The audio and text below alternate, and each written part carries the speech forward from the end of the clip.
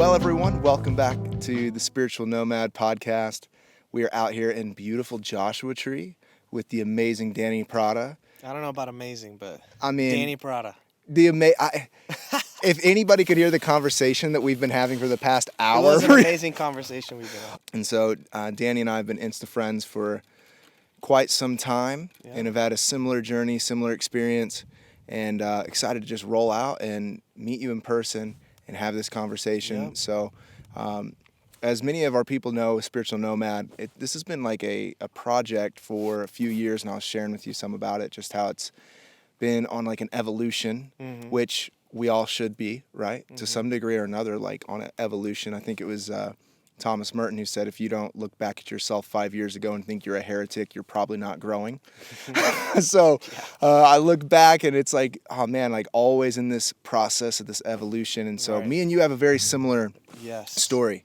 We have a very similar process of evolution, almost simultaneous at the same time. And so I started this project and after like a false start church plant, and around the same time that you started Heartway, and it's still going to this day. And so I want to talk to you some about Heartway and some about your process through all of that. But really just like emphasizing the fact of growth as being a leader, if you will, like that's very Christian terminology, but like a leader in a space and looking at the growth of a leader, the evolution of a leader as they go through their iterations of their self. And just really talk to you a lot about that evolution, man. Yeah. I mean, I have been evolving since we started Heartway, and what's been beautiful about it is seeing the community evolve with me, in a sense. It's just a beautiful thing to see, like the spirit moving in that way. And what I've realized is, like in the past, I used to make myself anxious about the role that I'm playing because I thought I was a teacher and that I was a pastor. And that I am a leader. And so I got lost in the role and in the function of it. And something happened in me several years ago. It was a shift from like, I am this role, I am a pastor, I am a teacher, to I am. And just like sitting in that and knowing that and just being and allowing everything else that I do just to flow from the most natural place in me. You know, like there would be times where I used to get ready for podcasts and it was like, all right, I got to read and just figure out like what I want to say and like, okay, this is what I'm going to talk about and that's what I'm going to say. And as I've gotten more comfortable with my natural self and as walking with God has become more and more of my natural way of being, everything else as a pastor and leader has flowed out from that. So easily and smoothly because I'm just being myself. I'm not trying to be anything else. So I'm not a teacher. I'm not a pastor. I am. That's it, dude. And that's to me, like, that is the space of maturity that we're supposed to be growing into, is that autonomous identity of being unified with God into union. And it's like, to me, I think the association with all the roles, something that we were just talking about, there's a lot to bring people up to speed on that we've been talking about and riffing on, you know, things I want to talk about. I think about that in terms of like, you know, the desire and these things that drive us, these attachments that we have to identities, to ways that we can somehow try to make sense of the incarnation, and really just finding ourselves, and I don't know about you, I think I have an idea of it, but like finding ourselves in time and time again of this place of surrendering and dying to those attributes of characteristics that we think that we have to embody to be someone or to accomplish something or to perceive. And I was sharing with you about a book right before we got started, just about that. It's called like the what did I say it was? Something of surrender. The experiment of surrender. That's what it is. And my good friend Craig Gross, shout out Craig, recommended that book.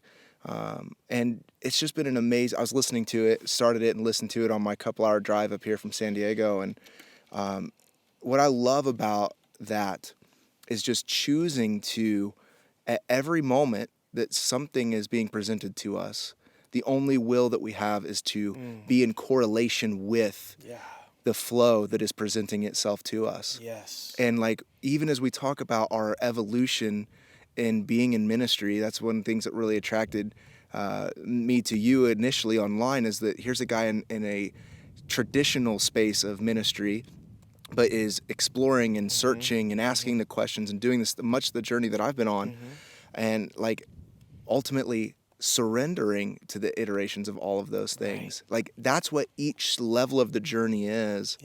Is just like shed, release, let go. And that's where you find the I amness of everything. And what you're talking about in terms of surrender and will, I talk about that as loving what is, living in harmony with reality. And I have learned so much what the love of God is as I have practiced this. This surrender that you're talking about, because to love God is to love what is, because God is what is. So desire is meant to be directed towards what is happening now in this moment. And if we can learn how to love and desire what is, now we are in paradise. Right? Because whether it's good or bad, whether it's positive or negative, we're not just in acceptance of reality. We love it the way that it is. You know, and living like that is a form of heaven on earth, and that doesn't mean that there's no darkness, but that's included too. That doesn't mean there's no errors to learn from, but that's included too. That's a part of heaven. Yes. So tell me a little bit about that first sort of layer of surrender that you had. You know, something that we were talking about, you started Heartway 2016, right? So that's whenever I moved to San Diego to plant. And so tell me about like what that was like, gathering a community, where you were at. I know you were sharing with me, and I've listened to you on another podcast share about your story, which I'll just plug. If people want to know some more of the nitty gritty of that, you know, that Dirty Rotten Church Kids podcast that you're on, check out some of that, because I kind of want to. Episode 1, the inauguration of it. Danny was there. Those guys are awesome, man. So good. So if you want to know, I think more about like a lot of those details, just want to suggest that to people, because I want to hit some other elements of your story. But like, so you were gathering people from the sort of vocation that you had, you know, that were in line with that. Can you just talk a little bit about like where you were when you were beginning to start your community? I had just graduated from Southern Baptist Theological Seminary with a Master of Divinity. And I was a worship pastor at a church for several years. And so I planted a church in that same community that I grew up and that I was a part of this church in. And so I was very well connected, and we had a bunch of folks come from all over to hang out with us and be a part of our journey. And where is it that you wanted me to go with this? Just basically like whenever you were forming that, you were forming it in a particular setting, and then you ended up there was some sort of surrender or evolution that happened. I see what you're saying. What that looked like for well, first. so basically, like, you know, I was coming out of evangelicalism, I was coming out of fundamentalism, and I was starting this church. I was already asking questions. Little by little, as the months went by, I mean, probably not even a year into having this church, I was totally deconstructing every aspect of Christianity that was handed down to me. And I moved from one fundamentalism to another, because I went from conservative fundamentalism to progressive fundamentalism. And I learned a lot in that space, and it was very helpful and good and necessary. And I was able to transcend and include that in my story. And the church has kind of been on that evolutionary journey, you know, with me, like we've mentioned. I have gotten to a place where I would say the surrender that I had to experience through all of this was the surrender of just belief systems, period. Yeah. You know, so Christianity shifted for me. I can summarize that whole journey. It shifted from a system of beliefs to a way of being in the world, a way of life. And that's what interests me about Jesus and about Christianity, is the way of life Yeah. Yeah. that this is meant to be. And so that's kind of where we put our focus, and where I try to invite people on on this journey with Heartway, Yeah. into this way of life. Can you, like, as we talk through some of this stuff, and I know we've been riffing for a while, but like, and maybe we're going to ruffle a few feathers here, but I'm totally okay with that and speak as much to it as you would like. But at some point, in the same way for me, like, deeply into conservatism, deeply into the Calvinistic Reformed thing, really started deconstructing that, then moved my family across the country to plant the church, thinking that would be a good idea in the middle of a deconstruction. Wow. But really, I was running away from a lot of things too, in retrospect. Right. I didn't want to take over my dad's church, you know, like, I didn't want to do the things that I had to, that those images, those illusions that I was sort of forced to take over. I'm like, I don't want those, or something else that's happening. Same way, like, and that's what I think why we've connected for so long, is I went way pendulum to the other side of progressive Christianity. Right. And I think that's the most natural reaction.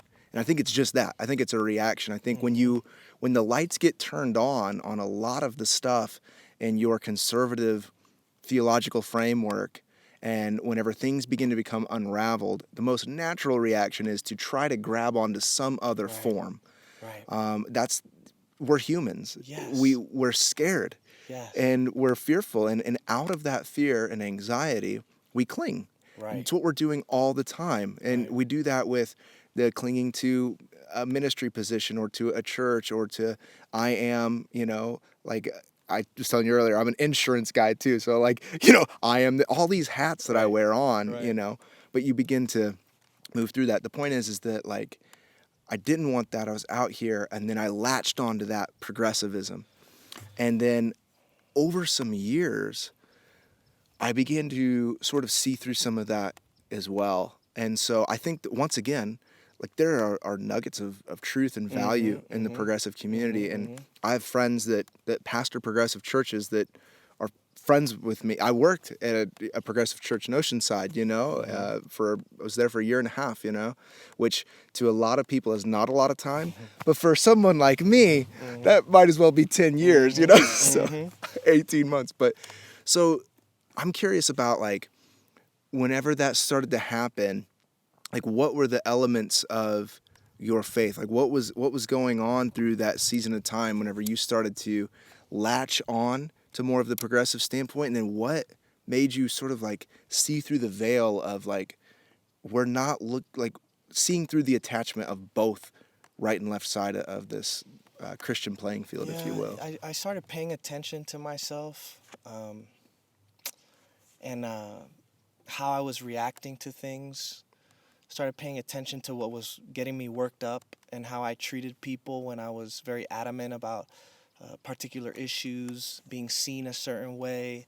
I started to notice that I excluded and demonized a lot of people, and made assumptions about people who were not like me. Yeah. And those began to get shattered, right? So, like, when I was a conservative and I met a Muslim who seems to be just as loving, if not even more, than most Christians, that opens your eyes a little bit, gets you to rethink some things. You sit down with an LGBTQ person. Yeah. You're a conservative. Yeah. And this is sinful. Yeah. But this person has a beautiful walk with God, and there's something about their presence. Those experiences kind of open you up.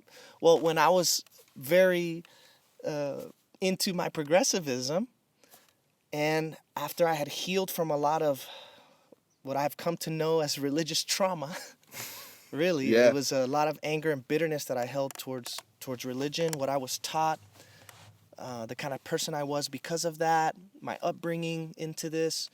I had to heal from a lot of that, and when I was able to, I started to see that when I was in that place, my intention was pure. I was being innocent. I Yeah. thought this was right and true. Looking back, I was like, how could I say that? How could I believe those things? Yeah. But I saw my heart, and I realized that there was a lot of people in that evangelical world or conservative world or fundamentalist world. I wasn't able to see their heart anymore. They were just the labels that I had now put on them. Right. Yes. And I had a series of experiences after I kind of healed from my religious trauma, where I wanted to reconnect with people that I knew, I kind of cut that relationship abruptly because I was moving in a different direction. And if you're not accepting, Yeah. if you're not open like this, if you think God sends people to hell, then you're just Right. you're the problem. You know what I mean? Oh, absolutely. Dude, we're scapegoating people, like. So I started to reconnect with people who I kind of burned those bridges with, and that just blew open the boxes that I had them in, and I had experiences and encounters that opened me up to the realization that people are not their beliefs. Yeah. People are not the labels I put on them. I have to leave room for folks to surprise me and show me who they are every moment, and not pin them down into who I think they are because of what they're associated or affiliated with or believe in. And that was big. Yeah. It was a big shift for me. Yeah. Yeah. So like with your community, like, and I know that I'm asking you a lot about your community and what that is, just because like we're starting a community and I'm just sheer curious about it. But also too, like you probably experience online, a lot of people ask on Instagram, where do I find a community like this? Like, where can I get plugged in? Everywhere I go to, like, there's nothing like this that's happening or going on. And so like, I want to just kind of showcase in a way like your evolution as a pastor, and also as like an invitation for people to that there is others that are walking into a path, and there are people that are looking for community. I think one of the biggest things whenever I was trying to start stuff is people that was more open spiritually, open socially, open all of these things, open doctrinally and all of that. The thing that people would always say, and it was always like other pastors or leaders, they say, that's not going to work because people aren't looking for that. People aren't looking for that, and it's best that you just stay the path, and it's best that you just keep your community going in this beaten path, this direction, And so just want to twofold bring that up for people in ministry that are pastors and leaders that listen to the Spiritual Nomad, and also just for people that the greater population is that people that are looking for a community to be able to be plugged in and involved with. And so I'm curious, like, what are signs of a healthy community in this more transcendent sort of expression and experience of bridging the more expansive with some of the more linear ways of Christianity? I guess what I'm trying to say is, like, what is Heartway to the people that are there? Like, what does it actually look like to be embodied in a community like that? And some of the stories you were mentioning to me, a tattoo artist, like, what are some of the stories that emerge from being in a community like that? Let me start by saying this, like, people who are looking for this kind of community, or people who want to create this kind of community, you were talking a little bit about that at the start. Yeah. Here's what I've come to see. If we are looking to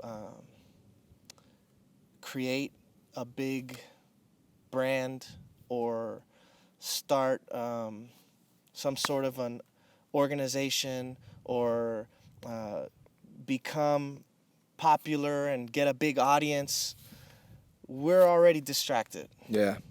We're already distracted because this is about who you are, reverberating from the inside out. Yeah. And community that we're talking about may look small, quiet, intimate, hidden, unknown, unheard of, not recognized, not appreciated, not wanted by most people. Yeah. And that's beautiful in its own way too. So I think it comes down a lot to what our intention is as healers, as people who want to come alongside of other people and help them, Yeah. which really we can only do by helping ourselves. Yes. But we've got to be willing to allow this to look like what it's going to look like and not put some sort of expectation or standard on it. Yeah. And it's hard today, right? Because of Instagram and YouTube and all the wonderful things that we're doing. Yeah. And these are beautiful tools, but it can become so easy for this to just be about money or Yeah. safety in a career path or getting noticed. Yeah. All the stuff that is a part of it, and it's nice. But at the end of the day, if that's where we're looking, what God gives to us may not feel good enough. Yeah.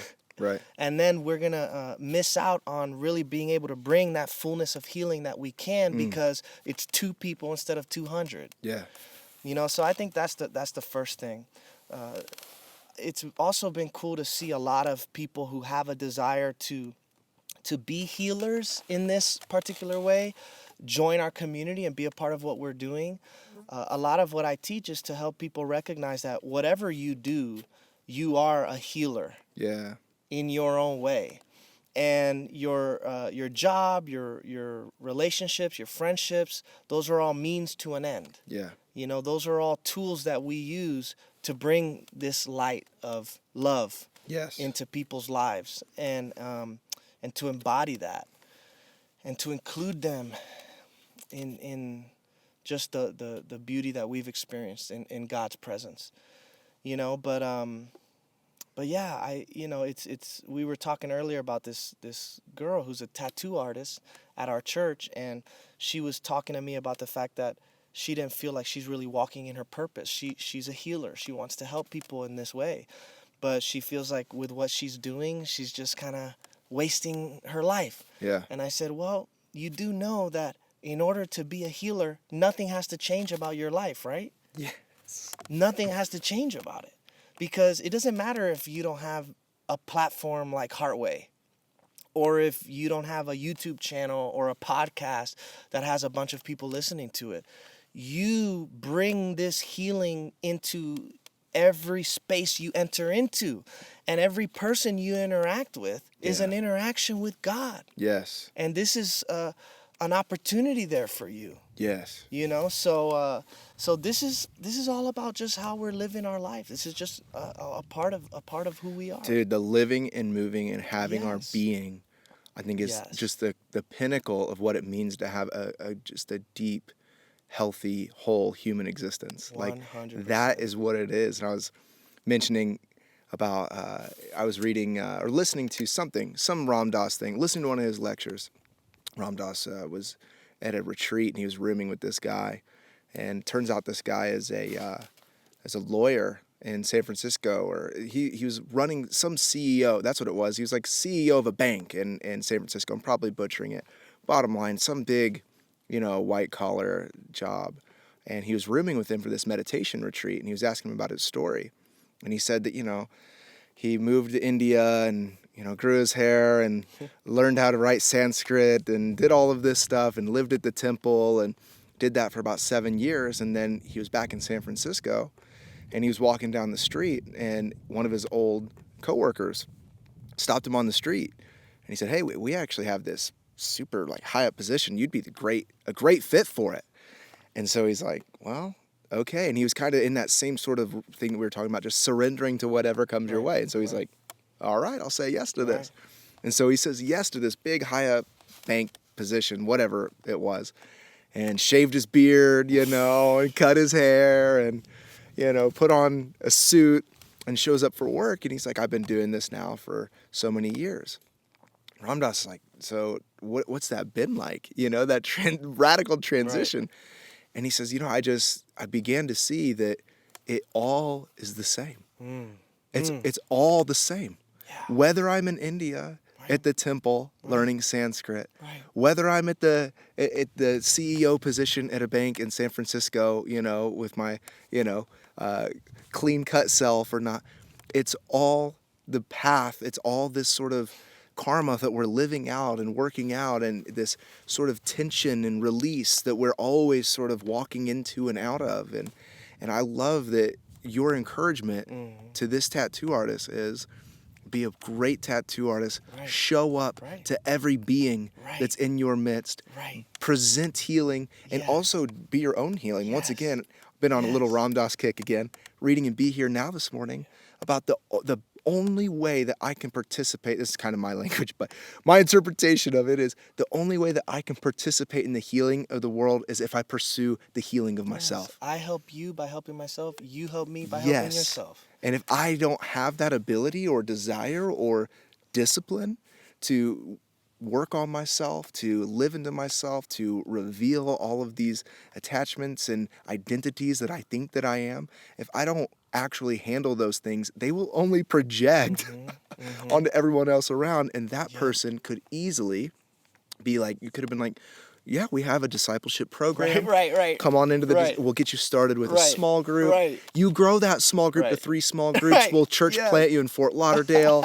We'll have Heartway Campus, Fort Lauderdale. Like, you know, it could go that direction too. And now her healing is directly attached to the identity of a pastor or church planter. And now we just regurgitate the whole thing all over again, you know? when your heart is your temple. Yeah. When your internal world is your sanctuary, everywhere you go is sacred. Yes. Everywhere you go is the holy place. Yeah. You're just surrendered. You're in the flow. And the gift that you're giving in every moment, which brings the healing, is love. Yes. So you're not doing anything. You're just being yourself. Yeah. Enjoying life. Yeah. You know, like for me, like some of my journey of that has been just like this radical, like, you know, reckless abandonment to the naked now, as Richard Rohr would say, you know, of that there is nothing else. There is no future. There is no past. There is only here. There's only now. And knowing that everything else is a story. It is a narrative that I'm choosing to create as a co-creator, right, with the divine. Like, I have the ability to change the narrative, like, and to have that actually be my reality. And this language comes with that. But like, as language shifts, and some people are going to listen to this podcast and they're going to be like, Luke and Danny there's something out in the desert. They're doing something. Who knows what they're doing? And it's true. Who knows? But I think the thing is, for a lot of people that we're helping, that this podcast helps with, is people that come from institutionalized religions. My whole like tagline is like I can't even remember my own tagline. From rigid religion to spiritual freedom. From rigid religion. That, by the way. And it's like religion has that way about it, you know. But it also has beauty about it too. It literally means to bind together, and we're being bound together right now. But I guess my question for you is like how that language, how you continue to invite people to the experience of some of this language. Like what has that been like to evolve into new ways of describing the infinite? It's been like telling people, let's get quiet. Let's get quiet. Yeah. We practice centering prayer every week. Yeah. And meditation. And I talk about stillness and what that looks like, because that's when you begin to taste and see what is real. Yeah. You know, when you begin to develop this capacity of self-awareness, the hesychus of the Christian East call it watchfulness. Yeah. Self-observation, that is all that is needed to understand yourself and to love what you see. And not even to try and change who you are. Yeah. Not even trying to change it, but just understanding it, observing it, loving it. Then you begin to see that just by the fact that you are observing it, what you are observing begins to change. You know, and then it's just grace. It's just unfolding. Yeah. You begin to become more and more like God. Yes. You become more and more loving as a human being, because you're letting go. You're letting go, and you're just watching. Yeah. Watching who you are. And that's what it's about. You know, for us to get quiet enough to the point where we can let go of every identity we have. Yeah. Yes. Let go of every identity we have. But what if that's too scary, Pastor Danny? That's true. Yeah. That's true. It's scary. You know, it is. It's scary. Yeah. Who are you? Who am I if I'm not these things that I'm attached to? Yeah. You know, but it's like Joseph Campbell says, the treasure you seek is in the cave you're afraid to go in. Yes. You know, yeah, of course there's going to be fear involved, but that's the point. You end up recognizing what fear is. Yes. Yes. Nothing. And seeing the hollowness. Right. The hollowness of fear. Right. Because one of the big things, and the reason I joke around at that is that's one of the biggest questions that I get is, how do I let go of who I've perceived myself to be? Mm-hmm. Because if I let go of who I've perceived myself to be, there's a fear that you'll lose something, which I would argue is just fundamentally in opposition to the goodness of the divine, because that's scarcity. Mm-hmm. That's lack. It's thinking that you can lose anything. And just to the encouragement to the people to live into that, to release that do we really have a rest and trust that there is a goodness of the divine that is the ground of our being? There's this really cool rabbi that I love, and he said, if you try and save your life, you're gonna lose it. But if you lose your life, you will truly find it. Yes. You know, so that's all it is. And we invite people at Heartway into that experience of stillness and awareness. And we talk about it as descending from the mind into the heart. Mm-hmm. Letting go of the mind. Yeah. And descending into the heart. And discovering who you are as love. Yes. Your true nature. Yeah. But you can only taste it and experience it for yourself. Yeah. So that's why it's important to point people to the experience. Yeah. You know, because the words are just pointers. Yeah. You can't cling to the words. Right. You know, this may or may not be helpful to somebody. This may be gibberish. What I'm saying may be gibberish to one person, and it may be gold to another. Yeah. But at the end of the day, I'm just describing to you how I'm experiencing God in life. Yes. What's most important is not that you take what I'm saying, analyze it, and cement it as a belief, and then just regurgitate something that is not even yours. Right. The point is to make spiritual truth come alive within you. Yes. Yes. And so I've had to super simplify this. And the way that we simplify this is just empty yourself. Surrender. Yeah. Letting go, emptying, surrendering, and abiding in this place of trust, trusting in the way life unfolds. Yeah. This is not a rational intellectual thing. Right. It's just not, you know? I was having beer. Part of what we do is we have like Thirsty Thursdays, which is a very Christian program to have in your ministry. I love that. But like, so we do, so tonight, that's why I have to get back to San Diego, because we have our Thirsty Thursdays, but like, we invite random people. So it's something other than the gathering, you know, people that aren't ready for, you know, singing bowls and worship and communion and all the sacraments and stuff, that we're doing work in reimagining those things and recapturing those things. Mm-hmm. But just ways to just invite people to drink beers if that's what they're into. I love it. I know some of my light work friends would say that alcohol's not good for that part of my life, you know, but, maybe I'll get that awakened at some point. But I just love beer too much, you know. It's fun, dude. So we're at this place, and one of my friends invites a guy where, I don't know, there's maybe 7 of us at a table. And this guy that's invited, he's still very conservative Christian. And then one guy that's there is like, he's actually from Germany. He's over here working at some big company in Carlsbad. And he's like, so you guys are, you know, with his German accent that I won't even try to replicate, but you got it in your head. He's like, so you guys all like this Jesus person, you know? Like, he's completely like unchurched, like definitely like, you know, death of God era Europe, you know what I mean? Like, we don't, you know, he's like, you guys are all into this Jesus guy. And I'm like, yeah, like, you know, like, he's my guru, you know? Right. You know, this other guy's like, okay. Like, I'm like, Guru Yeshua, yeah. You know? I love it. So like, but this very more conservative guy we get along great. He's awesome, you know. We have some similar like industry stuff or whatever. And he starts saying, he's like, well, you know, Christianity, it's logical, you know, it's just a very logical, rational, you know, religion. And I'm like, time out, dude. Yeah. I'm like, I'm just going to stop you. There is nothing nothing logical or rational about what you're saying. I'm like, you're an Orthodox Christian. And he's like, yeah, I'm Orthodox, you know? Like, I'm like, okay. He's like, I'm Reformed, you know? I'm all this stuff. I'm like, tell me what is logical and rational Right. about a virgin birth, about a guy who walks the streets and makes blind people see, who literally says what the kingdom of God is that the lame would walk, who gets nailed to a cross and then is risen and walks around. He's like, yeah, but it's all about the resurrected Christ. I'm like, the gardener that they didn't know was Jesus. I mean, I'm not trying to be mean No, or I love anything, that. but the German guy was like, so you are into Jesus, right? Like, he was Right. kind of like flipped He upside didn't know down what because to do here with I you, am. man. I'm like calling this guy out for the illusion that we, and that's Right. part of the Western society that we live in.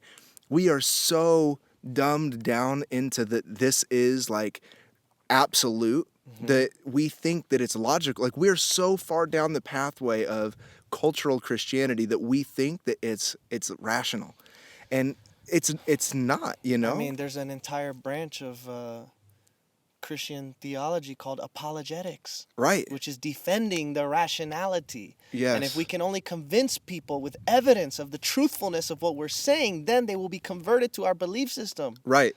Which Boring. means that they would just regurgitate bullshit Right. at beer nights, you Right. know, that they don't actually, And have an that awareness is- of. Right, right. And, Jesus just did not go around teaching people doctrine and theology and beliefs. Yes. He invited people into the union with God that he himself was experiencing. Yes. And that's it. Until this becomes our way of being, until this is something that reaches our heart, we're just, I don't know, we're playing a different game. Yeah. And that's just not the way of Jesus. Christianity and religion, and it's gonna get caught up in things like beliefs.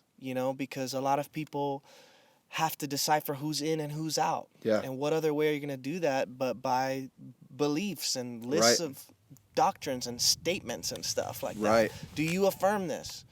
All right, you're on our team. Yep. Do you affirm this? No, then you're not on our team. And we'll burn your ass at the stake, Right, right. Today that's And- Twitter, and so right, and so people are arguing about beliefs and interpretations and viewpoints, and I think what people like us are doing is saying, listen, open up your eyes, open up your eyes, because this is not about any of those things. Yeah. It's not about the beliefs and the doctrines. This is about tapping into the love of the heart. Yes. This is about seeing God in everything and in everyone, and allowing that to change the way that you live. Yeah.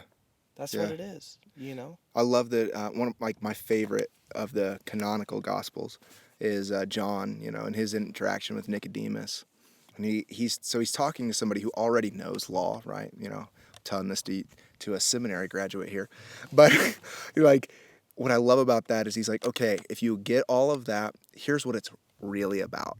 And he says, you have to be born from above. Right. It's this spiritual transcendence that doesn't have a name. The Spirit blows where it may. And it doesn't have a label. It doesn't have a tradition. It doesn't have any of these things. Jesus was not only purifying his Jewish religion, but transcending his Jewish Hebrew tradition. Right. And so I think because people will say Jesus did teach people about the law, and Jesus did teach people in a sense about doctrinal things. And I would even argue that it's it's just in the same way that a Zen master is going to teach different things to different levels of his students, there's going to be some sort of formation at the beginning until you see the transcending of all of those things. And when he's talking to this very high up religious elite, he's born of the Spirit that has no name, the I am that which I will be. And it's whatever avenue that comes from, wherever the healing, yes, wherever that wind blows, wherever that healing comes from, we welcome it, we accept that. And it's hard to build a community on that, but I mean, we for so long have been taught to ascend to God through knowledge. Yeah. Right? Attaining knowledge. And I have found that the reverse is true. The way that you attain God is through not knowing. Yeah. through relinquishing our overdependence and identification with knowledge, and to simply not know. In a world where nothing is certain, ignorance is true knowledge. Yeah. Because nothing is certain. Anything can happen from one moment to the next. Right. And we don't really know. Right. We just don't know. That's the beauty of the theological and philosophical journey that God took me on. Yeah. I approached this place of not knowing through deep investigation into the world of theology and philosophy, exploring the essence of what life and reality is. And I realized that there were a million different directions in which arguments could go.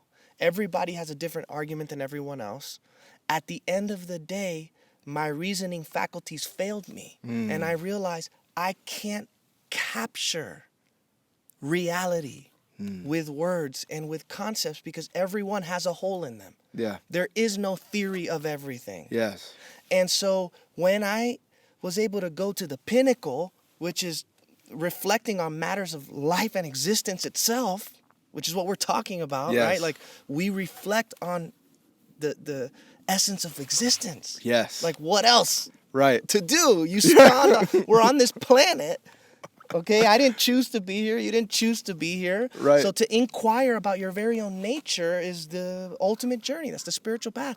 And I started that intellectually, trying to wrap my mind around this. As I expanded even beyond the world of theology and philosophy and went into science, Yeah. it got even more weird and complex. And so the gift that gave me was, I got so frustrated, I got so caught up in my mind, I wasn't able to find that ultimate theory and system of theology that I had to give up the entire thing. Yeah. Even my very pursuit of God, I had to give up completely. Empty, empty, empty, empty. And now I know that I don't know.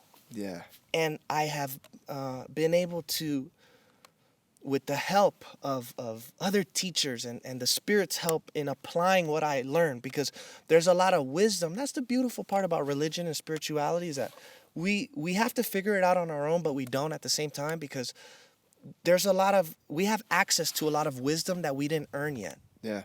You That's know? true. Like, That's so true. And so Good way to it's put good it. to hear that wisdom and to check if it's true for yourself.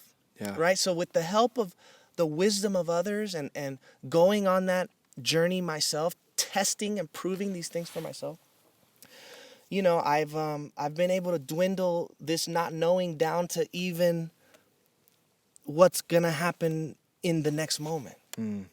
You know, so yeah, my wife and I have plans for tonight, but I don't know. Yeah. You know, like I'm not attached to that. Yeah. You know, so now when I have a judgment about Luke, did you see what Luke was wearing? Man, or whatever, you know, let's do something more serious. Like, man, that guy Luke, you know, he just seemed kind of full of himself. I don't know. Yeah. Now, I know that I don't even know if that's true. Right. That's an assumption. And if you inquire even deeper, you start to realize that's a projection. You know? So, Evagrius Ponticus, he was an ancient monk in the Christian East. He defines prayer as the letting go of thoughts. That's this surrender, this emptying Yes. that I'm speaking of. And he also says this wonderful quote in the Philokalia. Have you ever read that? Not read it, but I'm familiar with it. Man, so that book, the Tao Te Ching, are like my Bibles. Yeah. Dude. I That's read it. I like the Bible too, but It's all right sometimes. Yeah, all right. I feel like I got my fill in my 20s. I've been there, done that. I mean, you know, exactly. No, but the Bible always speaks afresh too. It does, yeah. But anyways, in that book, the Philokalia, which is like basically it's a compilation of the wisdom teachings of many monks and mystics of the Christian East over like 10 centuries or something.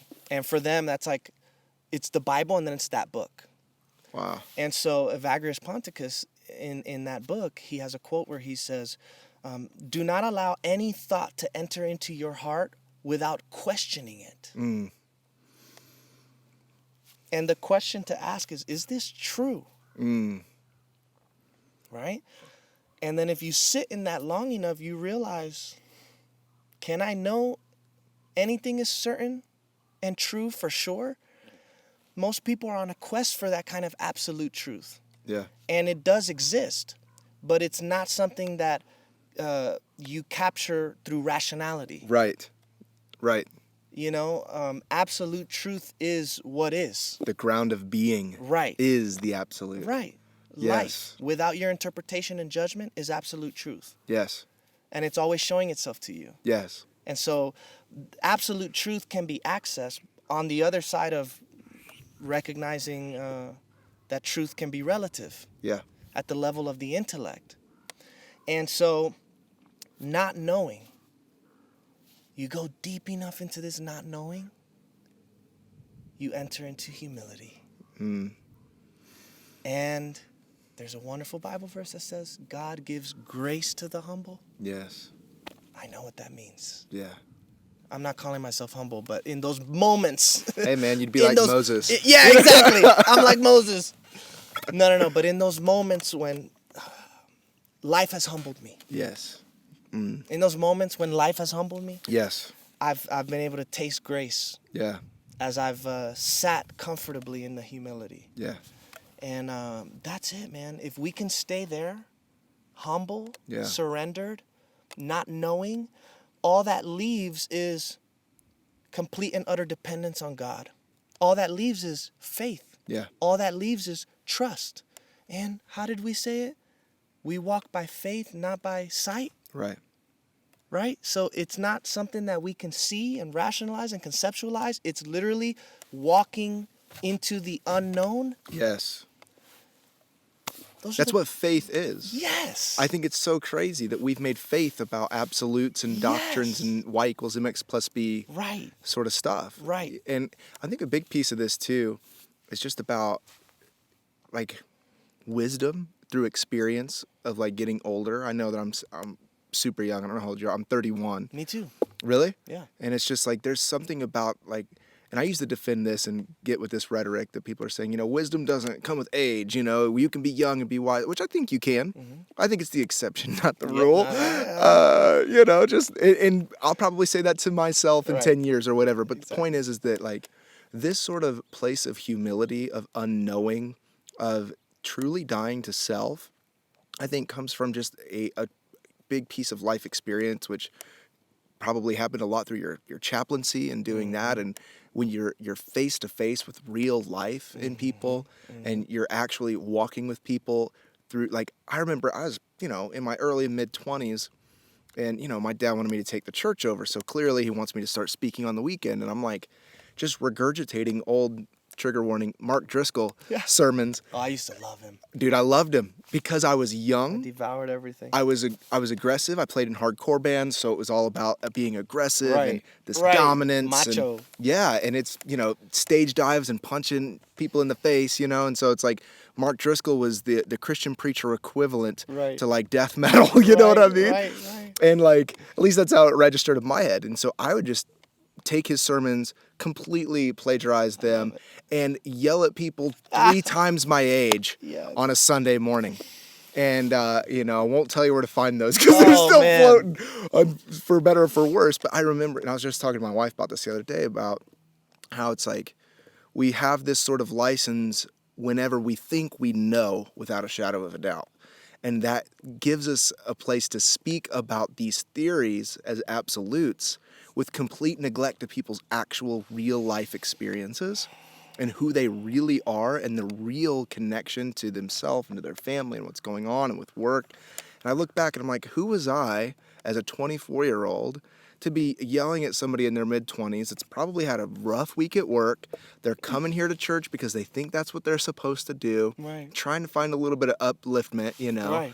And here's some young punk-ass kid yelling at them that if they're doing X, Y, and Z, that they are not in God's grace. Wow. Like, so much repentance has happened over the year, Oh, in the man. truest sense of the word, not in me, I this, know. not in the bullshit sort of Yeah. Christian. I mean, a real sort of reorientation of heart and acceptance of forgiveness. You know, that I have to give myself, that I was doing the best I could in that moment, Yep. whatever. You know, a real forgiveness. You know, and even have called people and apologized for Wow. the way that I've treated them, and whenever I thought I was being holy and righteous, and thought that's what came with the territory of being a teaching pastor.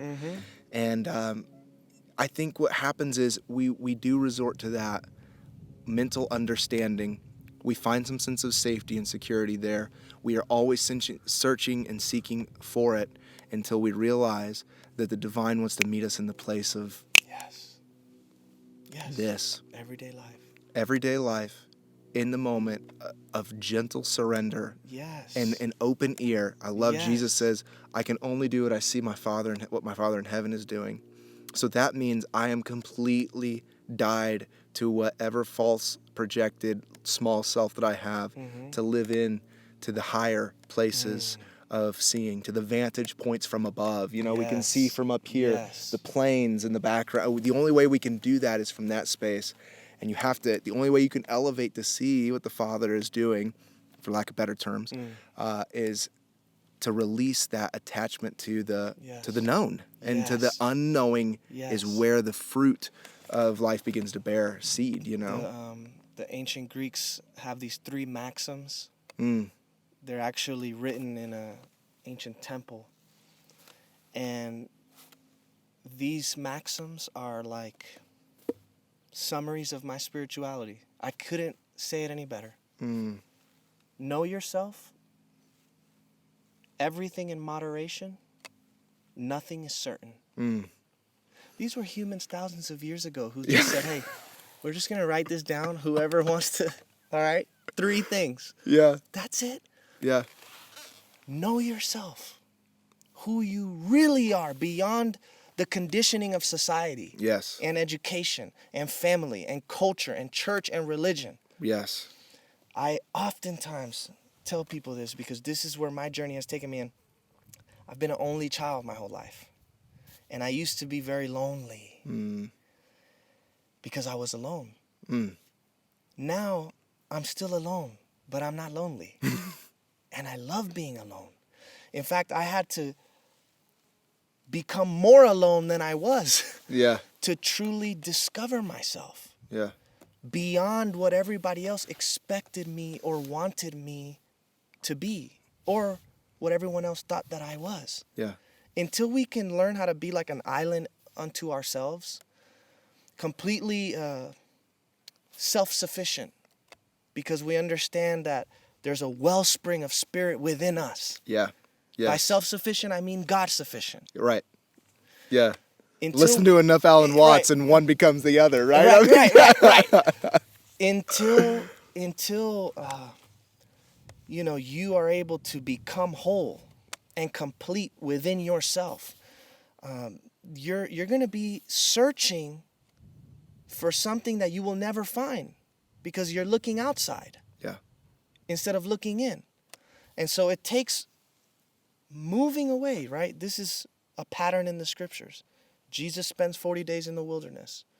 John the Baptist lived in the wilderness, right? Like, you have to go away from the crowds and get alone. Yes. And get quiet and begin to notice how you have been programmed and hardwired. And then you come to recognize that none of that is you. Yeah. And as you let go and you sink into this unknowing, which is another word for faith and trust, you discover who you are in God. Yes. And I love the way Paul phrases it. It's no longer I who live. Yes. Right? But the Christ who lives in me.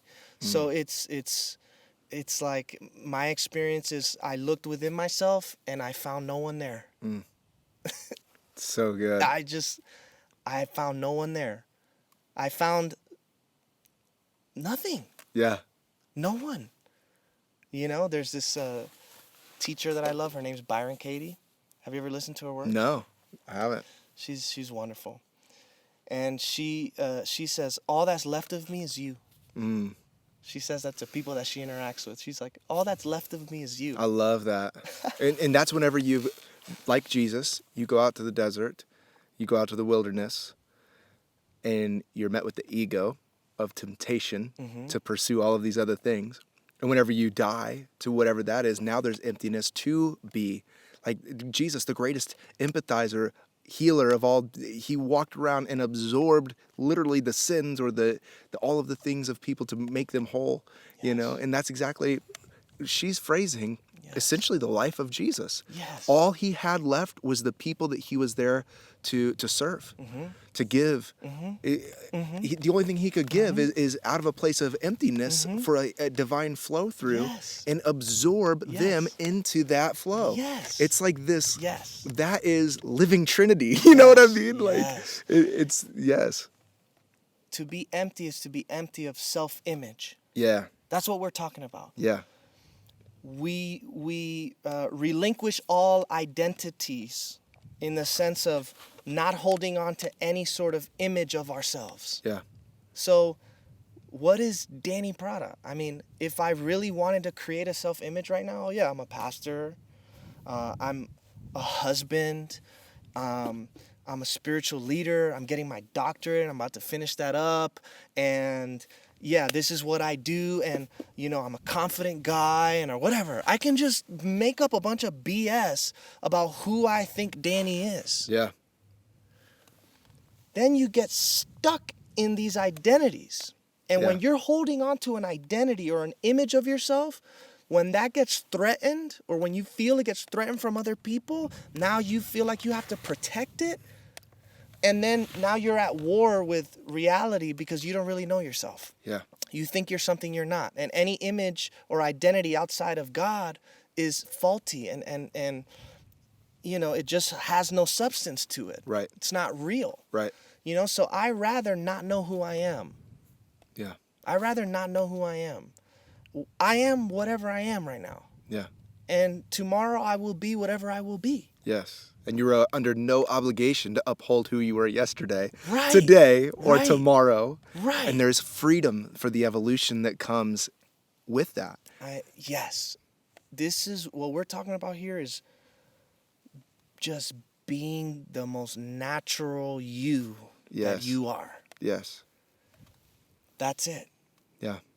And I observe myself with love and gentleness, and I allow life to correct me. Let's not be afraid of failing or making mistakes. The warning signal for me that I'm getting off track is any sort of uncomfortable emotion. I welcome those. I don't shun them away. I welcome all uncomfortable emotions as indicators to me that I am now identifying with ego. I'm identifying with thought. I'm identifying with some sort of self-image. I'm looking for control. Yeah. And that helps me to realize, hey, you're clinging. Yeah. And then I could just let go and surrender there. Yes. And if that happens over and over again in my life, I'll continue to return home. But I'm very comfortable at home. Yeah. Yeah. You know, there's a time in the spiritual journey where you oscillate. You know, one moment you're here, the next moment you feel like, all right, now I'm back. Yeah. And then, oh man, I lost myself again. Right. And now I'm back. You know, and then you lose yourself completely. Yes. Yes. You know, in the best possible way. Yes. And then now you're at home with yourself. Yes. Like, I'm not against myself, and that's what I think is important for people to know. Like, if this is really just all God living in us and through us, just let that be what it is. Yeah. You know, I don't really know how to describe it other than everything is God to me. Yeah. And I'm not going to be against myself. Yeah. Ever. So many people are against yourself. And that's part of some of the culture today of like, this is where it differs from self-improvement in some ways. Right. Self-improvement is saying that there is something to be improved, Right. where this is dying to that notion and living into I am enough, and fullness is already there. I love, like, I did a video, I don't know, a year ago or something about the true meaning of sin. sin literally means to miss the mark. We think it's like moral wrongdoings, but it just means to miss the mark, or a better translation in the Luke Bricker version is out of alignment, And when your car is out of alignment, you can feel it still runs.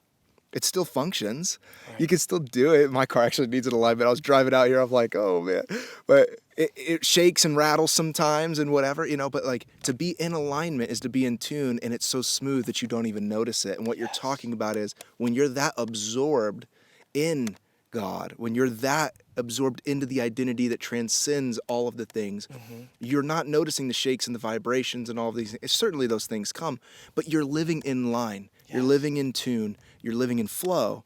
And when you surrender to that flow, now you can look at all those things, those points of friction, are just simply that. They're points of friction. It's like, oh, okay. Like, this is me trying to, like, we went for 2 weeks back to Indianapolis where my family is now. And, so I was born in Miami, and then we moved to Indianapolis where I was a kid. And there's so many times where there's friction with me and my old identity there and what everybody assumes that I still am and all of this stuff, and with my parents and staying with my parents and my in-laws for 2 weeks. And I just really pressed into that idea of like these parts of friction, this is just sandpaper. Right. And now you begin to look at your life as all of the things that are happening is just sandpaper on the rough edges, and I'm being continuously shaped. There's nothing wrong with me. There's nothing bad. There's nothing that I need to improve or get rid of or whatever. These are just shaping. I'm just shaping into the divine alignment. And to be completely and totally vulnerable and unashamed. Yeah. That is Adam and Eve in the garden again. Yeah. Yes. And to be against yourself is to judge yourself and to condemn yourself.